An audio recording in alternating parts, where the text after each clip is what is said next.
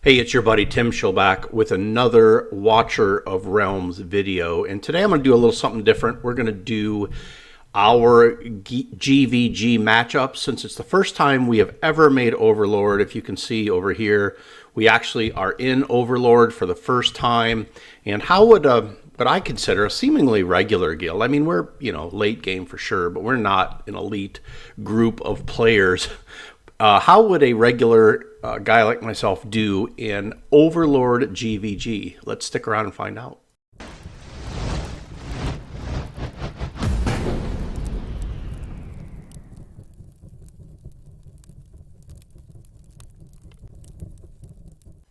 All right. Welcome back. Thank you for tuning in. I do appreciate it. And as you can see, it didn't go great, but that's fine.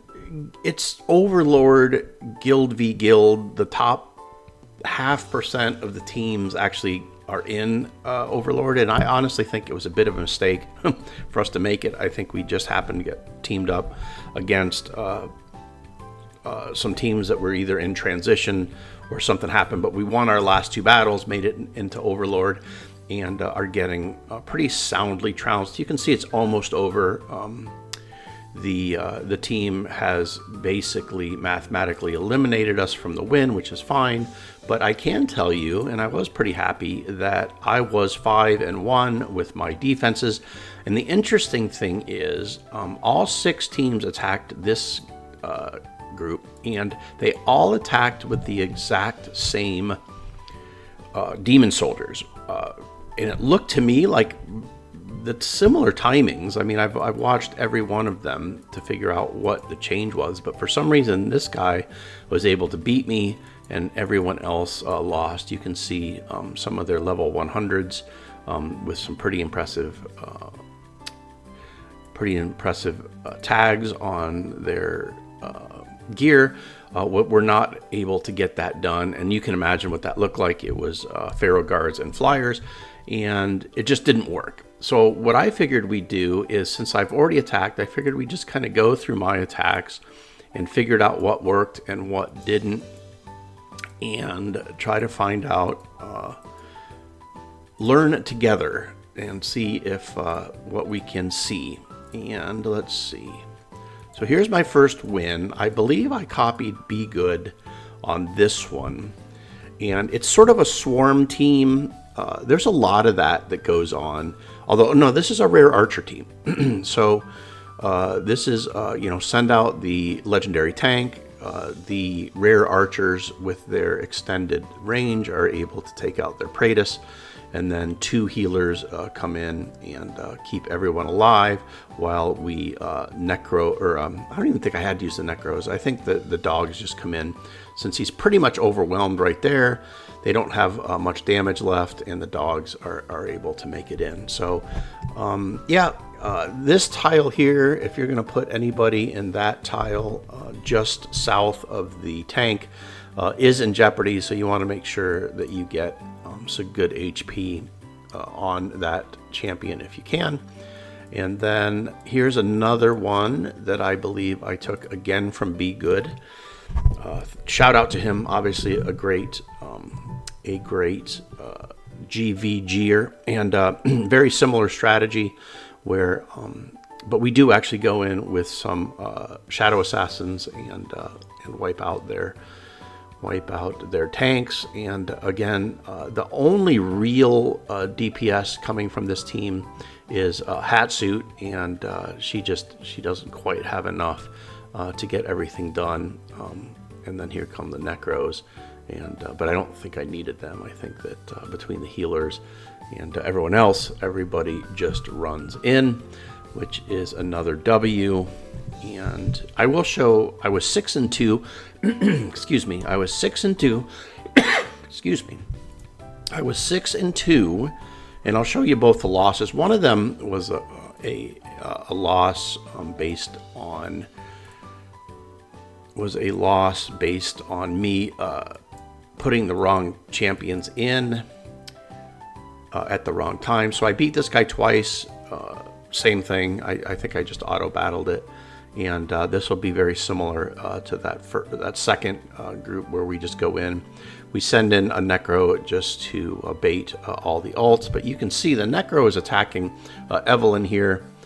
And then once the alts are baited, the Epic Flyer comes in, or the Legendary Flyer comes in, is able to take out their healer and their Silas.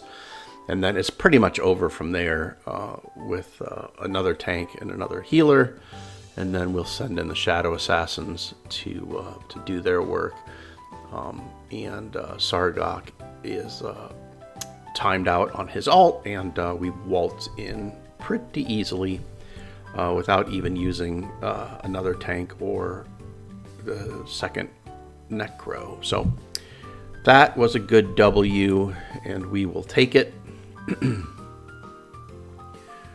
Now let's find our...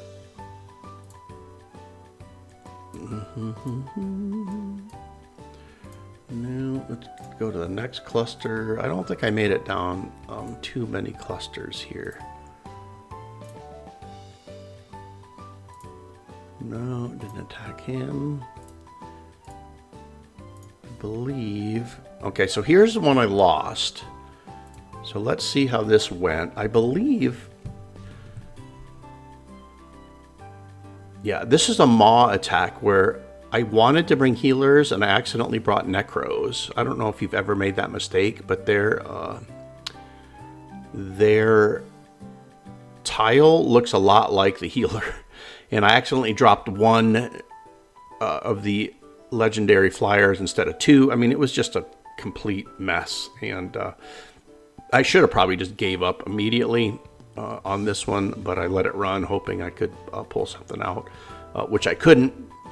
Yeah, so it was obviously a loss, but we went back and redeemed ourselves with a attack that was actually worked, and you will see that here once you get the healers going, and life gets a lot better when you actually do it correctly. So what we do is we wait until 9 cost, we send in the rare tanks to bait everyone's ult out. Then we send in Maw. We let that scale up to 10 cost because their damage isn't exceptional. Then we send in 2 of the Legendary Flyers, and they just make it in and kill the Hotsuit and the Lily, which is super helpful. And then we send in some of the Pharaoh Guards, which we didn't really super need, although the healer here keeps them alive, and they are able to get past the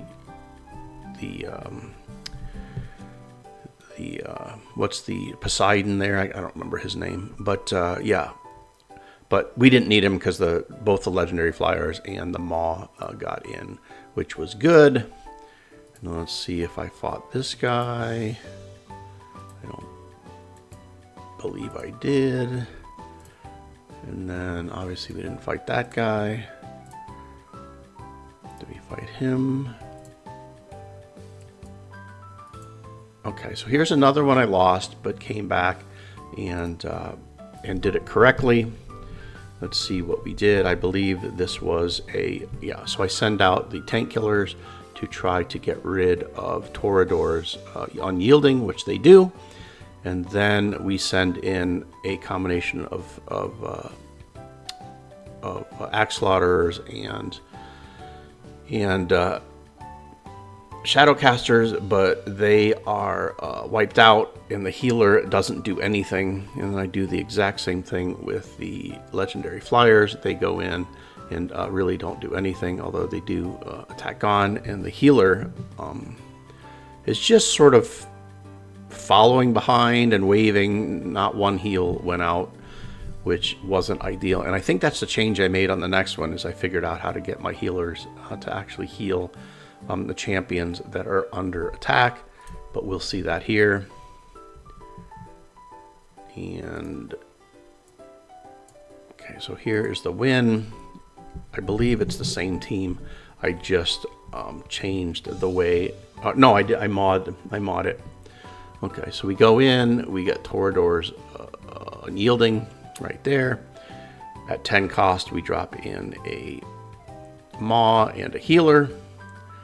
And Maw should basically, with the healer there, should last a long time. And the healer's driving absolutely nuts as they sort of wander in to melee range.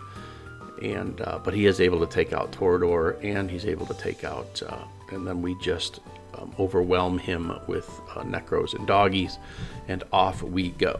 So all in all, 6 wins, 2 losses in my defense. One of them was self-mitigated, where I just made horrific choices, and one of them was the wrong strategy. It might have been the right strategy with the wrong placements, and it didn't work out for me. So, pretty happy with that. I mean, the team's going to lose, and we'll get bumped back to what is the below Overlord is Platinum. Yeah, we'll be back in Platinum, which is kind of where we belong, I think. I'm definitely more comfortable down there. But yeah, it was interesting to see. Well, we're going to have one more Overlord battle. You know, I God forbid we fight, you know, Blunt Guts' team or something, because we will get wiped out. But pretty happy with that. Let me know what you think. Let me know how your GvG battles went. And we will see you this weekend. I don't know if I'm going to pull for Constance or not. There's so many great new champions coming, which I'm excited about. So we'll see. And until then, once again, be kind to one another. And God bless you and your family. And we'll see you next time.